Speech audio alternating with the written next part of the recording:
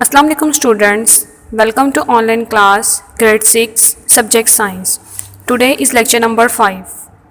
Lecture number 5 में हम unit number 5 air start करेंगे, पेज नंबर 41 टू 44. आज के हमारे टॉपिक्स हैं properties of oxygen, properties of nitrogen, properties of carbon dioxide, layers of the atmosphere, atmosphere and wind, atmospheric pressure. Let's start. The earth is surrounded by a layer of air which is like a huge ocean.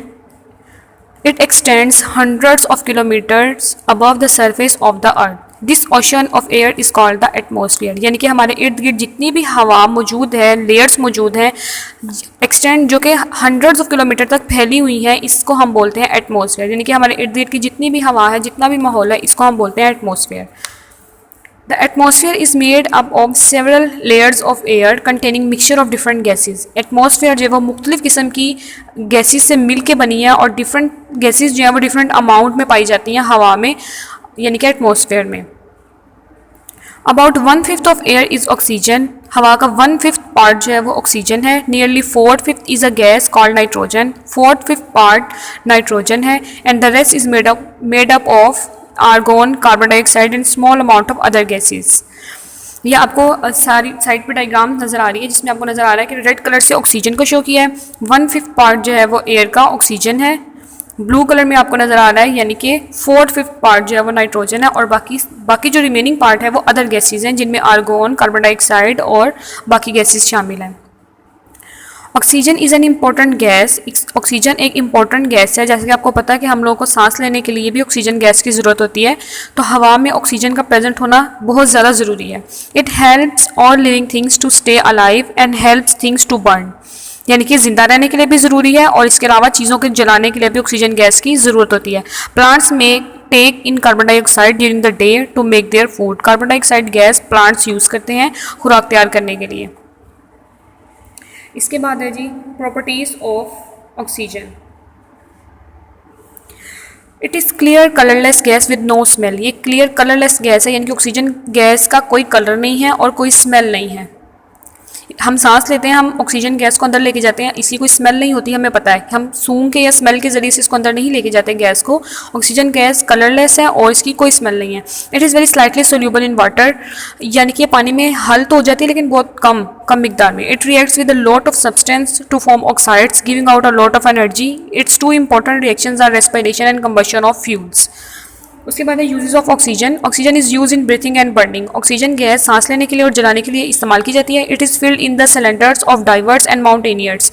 यानी कि driver जो पानी के अंदर जाते हैं diving करने और माउंटेन्स पे यानी खला में भी ऑक्सीजन ज़्यादा मौजूद नहीं होती और पानी की बहुत ज़्यादा निचली सतह पे भी ऑक्सीजन मौजूद नहीं होती. इसलिए ऑक्सीजन गैस सिलेंडर में भर के इन लोगों के इस्तेमाल के लिए यूज़ की जाती है. It is use in oxy acetylene torches for cutting and welding. Space rockets carry liquid oxygen as fuel. Properties of nitrogen. इसके बाद नाइट्रोजन गैस की प्रॉपर्टीज़ हैं. It is a colourless gas with no smell. ये भी colourless gas है with no smell. इसकी भी कोई स्मेल नहीं होती. It is only slightly soluble in water. ये भी स्लाइटली सोल्यूबल है वाटर में. It is not very reactive like oxygen. जो ऑक्सीजन गैस की तरह रिएक्टिव नहीं है, but it does combine with hydrogen to form ammonia. यानी कि ये ऑक्सीजन की तरह रिएक्टिव तो नहीं है, यानी कि हर गैस के साथ नहीं मिल जाती, लेकिन ये क्या है, हाइड्रोजन के साथ मिलकर अमोनिया बनाती है. It also combines with oxygen at high temperature to form oxides of nitrogen. यानी कि बहुत ज़्यादा हाई टेम्परेचर पे ये ऑक्सीजन से मिलकर ऑक्साइड्स बनाती है नाइट्रोजन के. उसके बाद आ जाते हैं आपके uses of nitrogen. Nitrogen is use for making fertilisers. Liquid nitrogen is use for freezing food. यानी कि लिक्विड नाइट्रोजन जो है वो फूड को फ्रीज करने के लिए यूज़ किया जाता है. It is use in engineering to freeze the liquid in damage pipes before repairing them. It is pump in to oil storage tank to prevent fires. It is use in food packing to keep the food fresh. यानी कि food packing के लिए भी use किया जाता है ताकि खुराक जो है वो आपकी फ्रेश रहे. उसके बाद है properties of carbon dioxide. It is colourless gas with no smell. ये भी कलरलेस गैस है, इसकी भी कोई स्मेल नहीं है. It is heavier than air. ये हवा से वजनी होती है. It does not help things to burn. यानी कि चीज़ों के जलने में मदद नहीं करती. It is slightly soluble in water forming a weak acid called carbonic acid. अब क्या है, फायर एक्सटिंग्विशर जो होते हैं उसके अंदर कार्बन डाइऑक्साइड गैस प्रेजेंट होती है. क्योंकि ये गैस जलने के काम नहीं आती, इसलिए जली हुई चीज़ों को बुझाने के लिए कार्बन डाइऑक्साइड गैस यूज़ की जाती है. Use of carbon dioxide, it is used in fire extinguishers. जैसे कि मैंने भी आपको बताया कि ये फायर एक्सटिंग्विशर्स में यूज़ की जाती है। अगर किसी जगह पे आग लगी है तो कार्बन डाइऑक्साइड का छिड़काव करके आग को बुझाया जा सकता है। इट इज़ यानी कि अगर कार्बन डाइऑक्साइड गैस प्रेजेंट है तो आग नहीं लगेगी। It is use in cold drinks to make them fizzy. Cold drinks में भी यूज़ की जाती है उनको फिजी बनाने के लिए, उनमें फिज क्रिएट करने के लिए। Solid carbon dioxide which is called dry ice is use to keep food frozen, यानी कि इसको ड्राई आइस के तौर पे भी यूज़ किया जाता है सॉलिड कार्बन डाइऑक्साइड को फूड फ्रोजन करने के लिए। उसके बाद आ जाते हैं लेयर्स ऑफ एटमॉस्फेयर। सबसे पहली लेयर है एटमॉस्फेयर की troposphere. The troposphere is the layer nearest to the surface of the earth, यानी कि ज़मीन से सबसे करीबी जो लेयर है वो है ट्रोपोस्फेयर, जिसमें हम रहते हैं। वो जो हमारे इर्द गिर्द का एटमॉस्फेयर है इसको हम बोलते हैं troposphere. It is about 10 kilometres thick at the poles, ये पोल से 10 किलोमीटर थिक से है और इक्वेटर से 16 किलोमीटर थिक है। 1/5 of the troposphere is made up of oxygen, यानी कि ट्रोपोस्फेयर का 1/5 पार्ट ऑक्सीजन गैस से मिलकर बना है। 4/5 of it is made up of nitrogen, और 4/5 पार्ट जो है वो नाइट्रोजन से मिलकर बना है, और बाकी जो रिमेनिंग पार्ट है वो अदर गैसेज यानी कि कार्बन डाइऑक्साइड और दूसरी आर्गोन और इस तरह की दूसरी गैसेज से मिलके बना है। उसके बाद आ जाता है आपका tropopause. The tropopause is above the troposphere. Troposphere की जो ऊपर लेयर है उसको हम बोलते हैं tropopause. It is the boundary between the troposphere and the stratosphere, यानी कि ट्रोपोस्फेयर से ऊपर एक लेयर है स्ट्रेटोस्फेयर। ये ट्रोपोस्फेयर और स्ट्रेटोस्फेयर के दरमियान में जो बाउंड्री है उसको हम बोलते हैं tropopause. Going upward from the surface, अगर हम सर्फेस से ऊपर की तरफ जाएं, it is the point where air ceases to cool with height and becomes almost completely dry. It does not have enough oxygen for living things to survive in, यानी कि इसके पास इस लेयर में इतनी ऑक्सीजन प्रेजेंट नहीं होती कि living things जो हैं वो यहाँ पे सर्वाइव कर सकें। उसके बाद है आपकी stratosphere. The stratosphere is above the troposphere, यानी कि ट्रोपोस्फेयर के ऊपर की जो लेयर है वो स्ट्रेटोस्फेयर है। It is 3 kilometre thick and it contains a gas called ozone. ये 3 किलोमीटर थिक, यानी कि इसकी लेयर कितनी मोटी है 3 किलोमीटर्स, और ये एक गैस इसके अंदर प्रेजेंट होती है ओजोन। ओजोन के बारे में आपको पता होगा ओजोन गैस क्या है। ओजोन गैस जो अल्ट्रावायलेट सन की अल्ट्रावायलेट रेस से ज़मीन को बचाती है, वो ओजोन गैस जो है वो इस लेयर में प्रेजेंट होती है। Which is like oxygen, it forms a protective shield around the earth which stops the harmful rays of the sun from reaching it. उसके बाद आ जाता है ionosphere. The top layer of the atmosphere is called the ionosphere, यानी कि सबसे ऊपर की जो लेयर है एटमॉस्फेयर की उसको हम बोलते हैं ionosphere. There is very little air pressure present in it, यानी कि यहाँ पे बहुत कम एयर प्रेशर मौजूद होता है। About 1600 kilometre above the earth the atmosphere fades into space.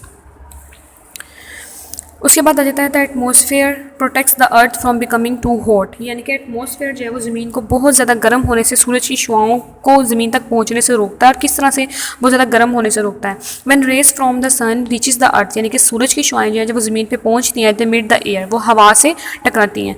They also meet clouds and particles, ये हवा में मौजूद पार्टिकल्स से भी मिलती हैं और क्लाउड से भी मिलती हैं। Some of the rays are reflected back into space and some are observe by the clouds, इनमें से कुछ जो रेज होती हैं वो रिफ्लेक्टेड यानी कि रिफ्लेक्ट करके दोबारा वापस स्पेस में चली जाती हैं, जबकि कुछ जो है वो क्लाउड्स यानी कि बादल उन रेज को एब्जर्व कर लेते हैं और कुछ 10 पार्टिकल्स उन रेज को एब्जर्व कर लेते हैं। Some of the rays passes through the heat and the surface of the earth, और कुछ जो होती हैं वो ज़मीन तक आती हैं। The surface of the earth and the atmosphere also lose heat by radiating it back into space, यानी कि सूरज की शुआएं जो ज़मीन तक आ रही हैं उनमें से काफ़ी मिकदार में रेडिएट होकर, रेडिएशन रिफ्लेक्ट होकर वापस स्पेस तक पहुंच जाती हैं। इस तरह से जो आपकी ज़मीन है वो बहुत ज़्यादा गर्म होने से बच जाती है। If this did not happen, अगर ऐसा ना हो, the earth would become hotter and hotter, तो ज़मीन आहिस्ता आहिस्ता गर्म से गर्म तर होती चली जाए। It would become very difficult for plants, animals and human beings to live on earth, और फिर बहुत ज़्यादा मुश्किल हो जाए प्लांट्स का, जानवरों का और इंसानों का ज़मीन पर रहना। उसके बाद है atmosphere and wind. The air around the earth is never still, यानी कि ज़मीन के इर्द गिर्द जो हवा मौजूद है वो स्टिल यानी कि खड़ी नहीं हुई, एक ही जगह पे नहीं है। It is moving all the time, यानी कि हर वक्त ये मूव करती रहती है। Moving air is called wind, और ये जो मूविंग एयर है इसको हम बोलते हैं विंड। ये जो हवा, असल वर्ड हवा हम यूज़ करते हैं कि आज हवा चल रही है, उसको हम विंड बोलते हैं, जो कि मूविंग एयर है। उसके बाद है thermals. When the surface of the earth heats up, यानी कि जब ज़मीन गर्म हो जाती है, हीट अप हो जाती है, it warms the air near the ground, तो इसके इर्द गिर्द की जो हवा है वो भी बहुत ज़्यादा गर्म हो जाती है। Warm air expends and become lighter than the surrounding air, अब जो गर्म हवा है वो हल्की होगी सराउंडिंग एयर की निस्बत, and so it begins to rise, तो ये ऊपर की जानिब जाना शुरू कर देती है। This rising current of air is called the thermal, इस करंट को, इस हवा की हालत को हम बोलते हैं thermal. Thermals are use by glider pilots and birds to float in air. ये थर्मल्स की वजह से, ये थर्मल्स क्या है, ये वो गर्म हवा है जो ज़मीन के इर्द गिर्द गर्म हो जाती है, हीट अप हो जाती है, उसके बाद ये ऊपर की जानिब जाना शुरू हो जाती है। इस हवा को हम बोलते हैं थर्मल। अब थर्मल का काम क्या है, थर्मल यूज़ की जाती है, ग्लाइडर पायलट्स इनको यूज़ करते हैं और जो परिंदे हैं वो यूज़ करते हैं हवा में उड़ने के लिए इसको, क्योंकि ये हल्की हवा है। When it cools the air sink towards the ground again, और जब ये ठंडी हो जाती है तो दोबारा ज़मीन की तरफ ये आ जाती है। उसके बाद है sea breeze and land breeze. Air moves from areas of high pressure to areas of low pressure. Air जो है वो हाई प्रेशर से लो प्रेशर की तरफ मूव करती है। On sunny summer days the land gets warmer faster than water, यानी कि गर्मियों के दिनों में जो ज़मीन है वो ज़्यादा तेज़ी से गर्म होती है पानी की निस्बत। Air near the land warms up and rises, और जो हवा इस ज़मीन के इर्द गिर्द मौजूद होती है वो भी गर्म हो जाती है और ऊपर की जानिब जाना शुरू हो जाती है। अभी हमने पढ़ा कि जब हवा गर्म होगी तो वो हल्की हो जाएगी और वो ऊपर की तरफ जाएगी। तो इसी तरह गर्मियों के मौसम में पानी की निस्बत ज़मीन ज़्यादा गर्म होती है, और जो ज़मीन गर्म होने की वजह से उसके इर्द गिर्द की हवा भी गर्म हो जाती है और ऊपर की तरफ जाना शुरू हो जाती है। The air pressure over the land is lower than over the water, यानी कि हवा ज़मीन में जो एयर प्रेशर है वो कम है पानी की निस्बत। Air move in from the sea, this is called a sea breeze. इस हवा को हम बोलते हैं sea breeze. At night the land cools down quickly, और रात के वक्त ज़मीन जो है वो तेज़ी से ठंडी होती है, but the water remain warm, लेकिन जो पानी है वो उसी तरह से गर्म रहता है। The air above the water become warm and राइसेस, अब जो पानी के ऊपर हवा मौजूद है वो गर्म हो जाएगी और वो ऊपर की जानिब जाना शुरू हो जाएगी। Air pressure over the water is lower than over land, अब जो एयर प्रेशर पानी का है वो कम है ज़मीन की निस्बत। पहले क्या था, पहले पानी का एयर प्रेशर ज़्यादा था ज़मीन की निस्बत, अब पानी का एयर प्रेशर जो है वो कम है ज़मीन की निस्बत। Hence at night air move from the land to sea, अब क्या होगा, हवा लैंड से सी की तरफ जाना शुरू हो जाएगी। This is called a land bridge, यानी कि अभी हमने पढ़ा कि हवा जो है वो हाई प्रेशर से लो प्रेशर की तरफ आएगी। दिन के वक्त क्या होता है, दिन के वक्त जो ज़मीन है उसका प्रेशर लो है और वाटर का प्रेशर क्या है, ज़्यादा है। दिन के टाइम ज़मीन का प्रेशर लो है और पानी का प्रेशर, एयर प्रेशर ज़्यादा है, तो उसमें हवा क्या करती है, हवा मूव करना शुरू कर देती है। इस हवा को हम बोलते हैं सी ब्रीज। और दिन के वक्त, रात के वक्त क्या होता है कि एयर प्रेशर, पानी का एयर प्रेशर जो है वो कम हो जाता है, ज़मीन का एयर प्रेशर ज़्यादा हो जाता है, इसलिए रात के टाइम एयर जो है वो लैंड से सी की तरफ मूव करती है। This is called a land breeze, इसको हम बोलते हैं land breeze. In this way air circulate between the sea and land, इस तरह हवा सी और लैंड के दरमियान में मूव करती रहती है। इसके बाद आ जाता है atmospheric pressure. The large mass of air in the atmosphere is heavy and presses down hard on earth. Scientist call this weight of the air atmospheric pressure, यानी कि एयर का large mass in the atmosphere is heavy and presses down hard on earth. इस pressure को हम क्या बोलते हैं, scientist क्या बोलते हैं, atmospheric pressure. Air pressure is greatest at sea level and decreases as we go higher up. Air pressure जो है वो सी लेवल पे ज़्यादा होता है और जैसे जैसे हम ऊपर की तरफ जाते हैं ये कम होता जाता है, यानी कि it pushes from all sides on everything. Air exert pressure in all direction at the rate of about 1 kilometre per cubic centimetre. Anything which appears to be empty has air in it. The blood pressure of the human body balances the atmospheric pressure, so we do not feel the weight of the air pressing down on us. उसके बाद है to prove that air has weight, यानी कि ये हमें prove करना है कि हवा जो है उसका वजन होता है। Take 2 balloons of equal size, 2 balloons लें इक्वल साइज के, fill them with air और दोनों में हवा भर लें। Hang them by string from a wooden ruler so that the ruler balance horizontally, इनको horizontally बैलेंस करके दोनों साइडों पे balloons को बांध दें। Now prick one of the balloon with a pin, उनमें से एक balloon को आप पिन के साथ फाड़ दें। The ruler will tilt towards the balloon with air in it, अब जो स्टिक है वो क्या करेगी, वो उस बालून की तरफ बेंड कर जाएगी, उस बैंड की टिल्ट कर जाएगी उस बालून की तरफ जिसके अंदर हवा मौजूद है। इससे क्या साबित होता है कि air inside the balloon has wait. इसके बाद आपके क्वेश्चन आंसर्स हैं। सबसे पहला आपका क्वेश्चन है what is atmosphere. The earth, what is atmosphere, इसका आंसर है the earth is surrounded by a layer of air which is like a huge ocean. Earth जो है वो क्या है, एयर से सराउंडेड है जो कि ह्यूज ओशन की तरह फैला हुआ है। It extend 100 of kilometre above the surface of the earth. This ocean of air is called the atmosphere. ये आपका क्वेश्चन नंबर ए का आंसर है। उसके बाद है question number B, what is the percentage of different gases found in the atmosphere. About 1/5 of the air is oxygen, nearly 4/5 is a gas called nitrogen, and the rest is made up of argon, carbon dioxide, and small amounts of other gases.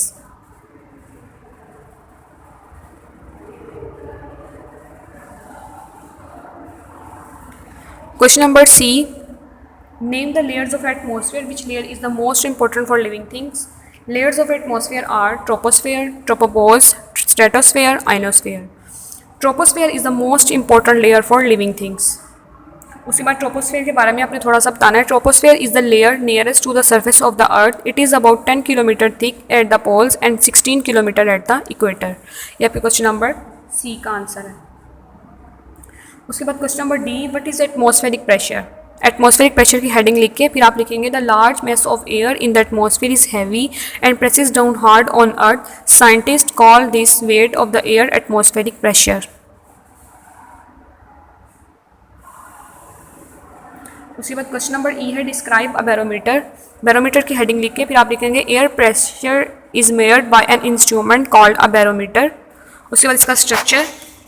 A simple barometer consists of a long glass tube which is sealed at one end. It is filled with mercury and inverted in a dish containing mercury.